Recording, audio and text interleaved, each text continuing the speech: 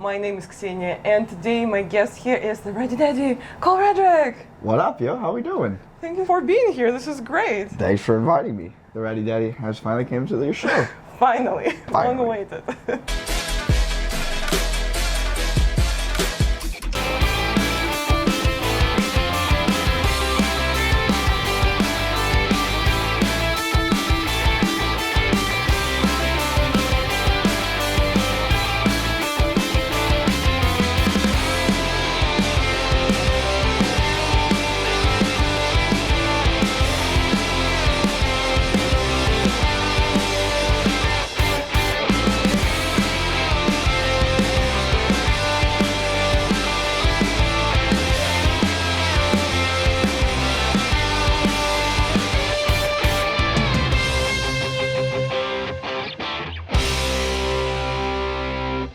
I'm gonna jump right in. I'm not gonna ask any like generic questions. We're just gonna go straight into the meat of it. Yeah, let's go. Let's go.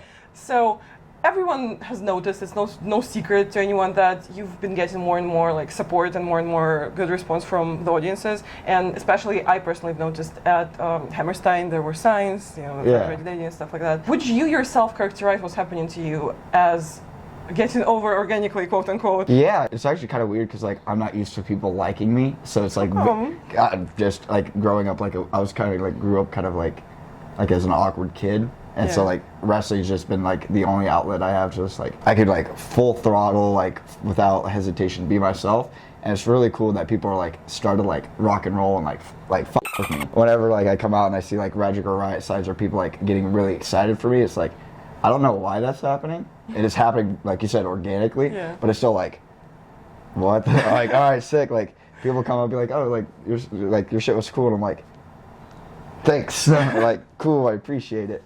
So, yeah, I would say it's happened really organically. And it's, like they had like the Radrick or Riot for like Hammerstein. And like, that just happened out of nowhere. Like, I didn't ask that to happen.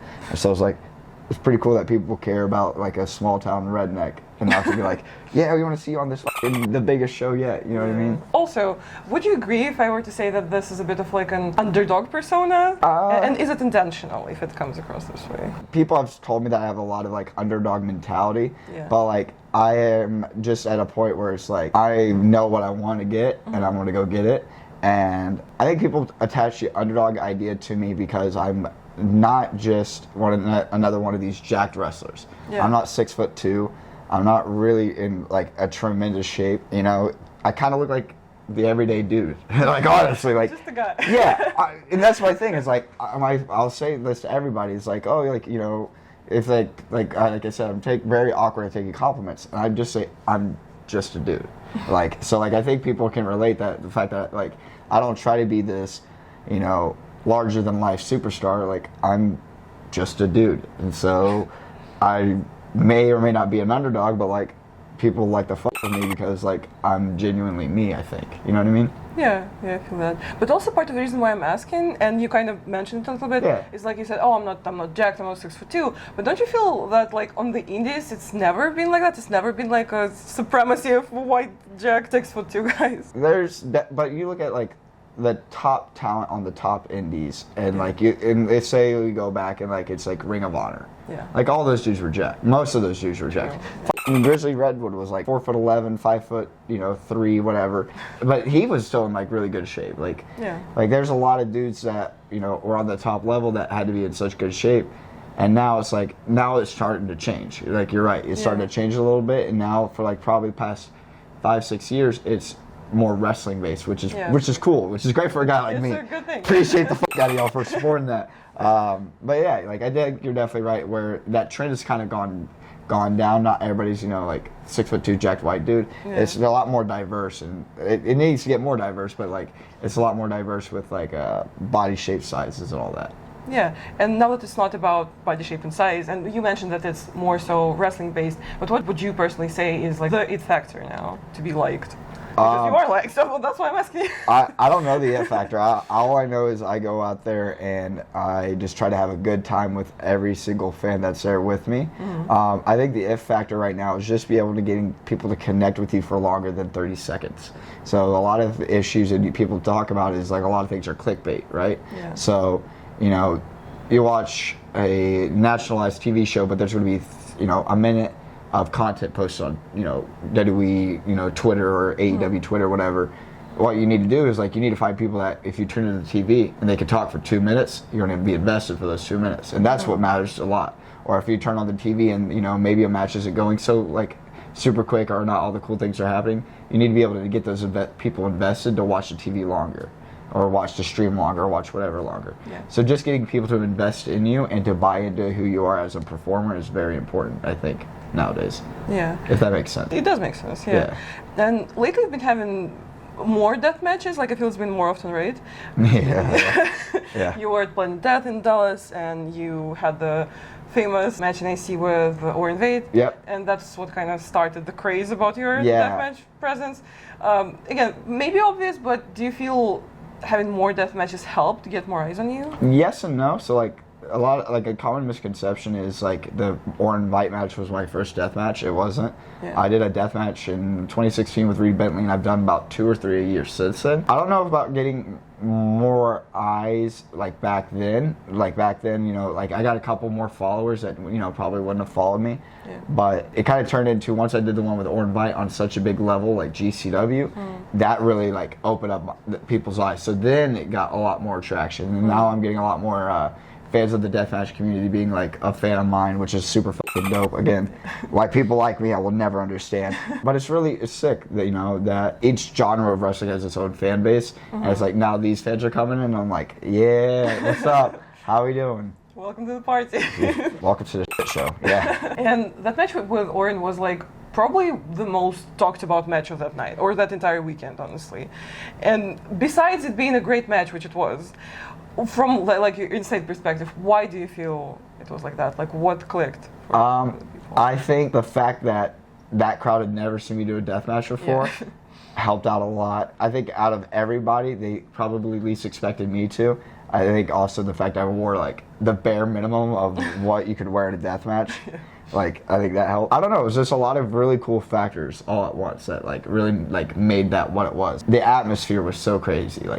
For whatever reason, they were all for it as soon as it happened. And I was like, all right, sick. And then it's one of those things while the match is happening, you're like, oh, this isn't just a regular match. We're gonna go back and okay, hey, that was sick, Yeah. I was like, oh shit, this is a big deal. We need to fucking keep going. And then I almost break the fucking chandelier. That's the craziest thing to me is I never heard one thing about that from anybody. Brett or nobody ever yelled at me about that. It was such a good matchup. It was just forgotten about. Yeah, so just overshadowed. Appreciate you. Thank you. And the chandelier was fine. Come on. No, what I hate is I wrestled a match with Murdoch, and they had that ladder already put up in the corner, and they had it ratchet strapped, so I didn't have to fucking open it or nothing, worry about it. And I go to start climbing it, and they start chanting chandelier, and I was like, I get it. I fucking hit the chandelier one time. Get over it. It will never happen again, I promise you. You kind of started to talk about it a little bit, but can you talk more about how you felt afterwards? Did it feel special instantly? Did it feel like a new chapter or whatever? It felt really cool because, again, that was probably the loudest any crowd has ever been behind me before, and it's not used to being people are oh, you're talking really nice to me. I'm still trying to learn how to handle that, you know what I mean? And I get to the back and it's just John Carlo's filming, and I know in my head John Carlo only films for cool things. Yeah. So I'm oh shit, okay, and everybody's in the back that was sick, and I'm that just really happened. Okay, cool. And I was all right, well, it went into intermission, and as soon as the intermission, I just went out and started selling merch all bloodied up, and everybody's just that match was so cool, and I was yeah, but it was just a match, right? It was just a regular match. People were no. Yeah, they're no, that was insane, and I'm that's your opinion, sick. And then I get I didn't check my phone until I took a shower. I did intermission. How was that shower, by the way? I took 2, literally. So I took a shower, I got out, and I was all right, cool. And then I looked at my back, and it was bleeding all over again. And I was okay, I'm gonna go take the shower again. So I took a shower again, and then the second one was great. It literally helped a lot. But yeah, that was a special match for me because one of the biggest things for me in wrestling is I want to be the absolute best that I can be at any given style. So it's like if I'm doing a death match, like I'm 110% committed to, you know, going through what I have to go through to get through the match. Or it's like if I do a lucha libre match, I want to wrestle, you know, the guys that are doing all the crazy shit because like I want to catch up with that. I want to be like that. You know what I mean? Yeah. Why wouldn't you want to be like the coolest you could be at everything? Right, that makes sense. Yeah. And like you said, they were filming through the match, and I think GCW posted like a video package, if you can call it that. Yeah. Captioned "Sometimes violence is home." Yeah. Can you talk about that more? Like, what's that supposed to mean to the viewer? Like, what importance does that hold? So when people are like, what is violence as a home is, and it's not just, you know, physical violence. It is the idea that I grew up and I was picked on by people, so like I would fight people, and like I would understand that, you know, at the end of the day, like I'm going to fight for what I believe in and what I stand up and what I stand for, and then I do the demolition derby, so that's pretty fucking violent, getting thrown around in a car, and like I put myself in positions to where when things are uncomfortable and uneasy and it's an aggressive situation, like getting cut by a light bulb is an aggressive situation, getting caught by barbed wire or hitting a ladder or getting punched or kicked in the face, all these things would freak out anybody. Yeah. But for me, it's like, okay, like let's go. Like nothing makes me feel more at home than a professional wrestling ring. Whether there's, you know, a guy and I'm just standing across doing a regular match or it's a death match, like I know like inside of this wrestling ring, I control what's going on. Like I have full faith that this is where I was meant to be at, and so it's like wrestling is my home. So violence is a home, wrestling is a home. Like the craziness of wrestling, the craziness of doing demolition derbies and all the other dumb shit I do, like that's just kind of where I fit in. Does that make sense at all? Like it's hard to explain to people, but it's like, no, you're doing a good job explaining it. Yeah. Like, I get what you're saying. yeah, I don't know, like people would run away from that type of shit, and I'm just like, all right, like let's go. I'm gonna get through it, and I'm like, ah! But afterwards, we're gonna be great. You know what I mean? Yeah. Another thing that I was wondering, is that a conscious decision to do death matches rarely? And Like on my end? yes. Yes, because there is an art and a certain respect that you have to give death matches. Yeah.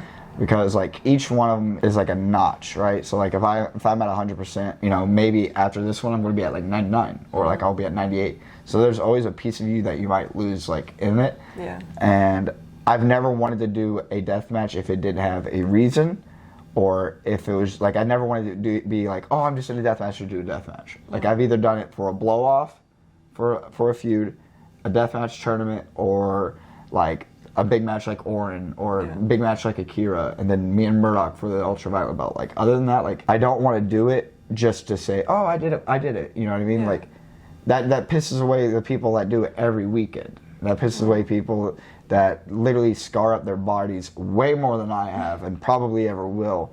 And like, and I mean that in the most respectful way, but like those people deserve a certain respect in their art form. I'm not gonna go in there and be like, I'm the man here. Like, you know, I'm gonna carry myself like that, but like in reality, it's like I know when I step in here, I'm paying respect to the guys that came before me and the guys that are currently doing it by not trying to shit on what they do every weekend. But also now that you got more again eyes on you in this community and more deathmatch fans following you specifically, is it tempting to start doing them more? I mean, yes, but also it's like I don't want it to get to a point where me doing a deathmatch isn't special anymore.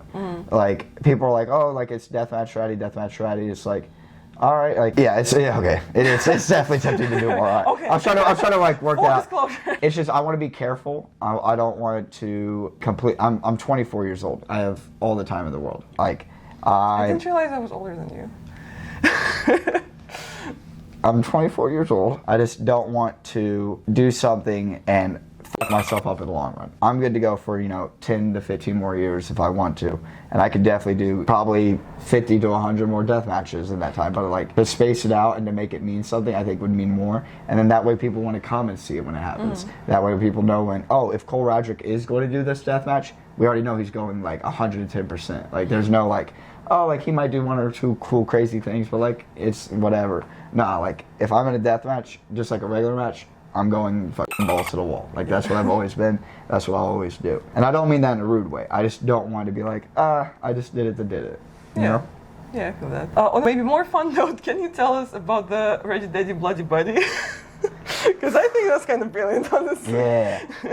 So we got a photo. shout out Earl Gardner. He took like a photo of me, my front and back after the death match. And those are available as 8x10s on your merch website. Yep, available as 8x10s, and I have Bloody Buddies available. So both of those are always available. Just hit me up at Cole Radrick, and I can get you one of them.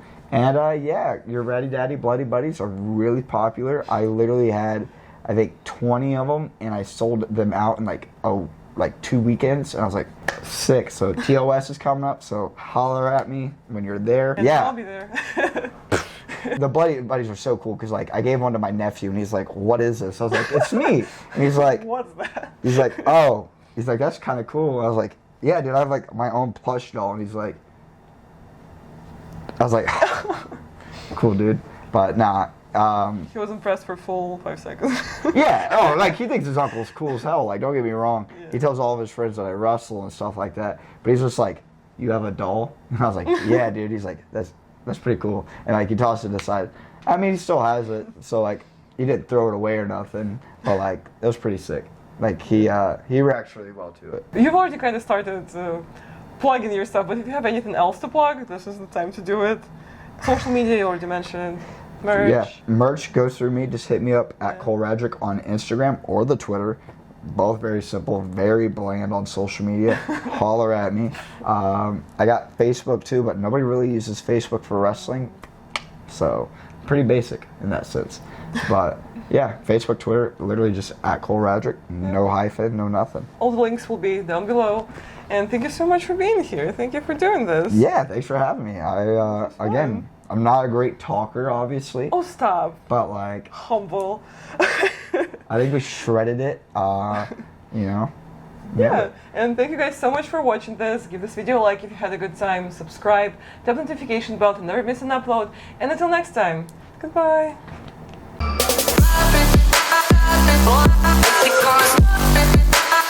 Because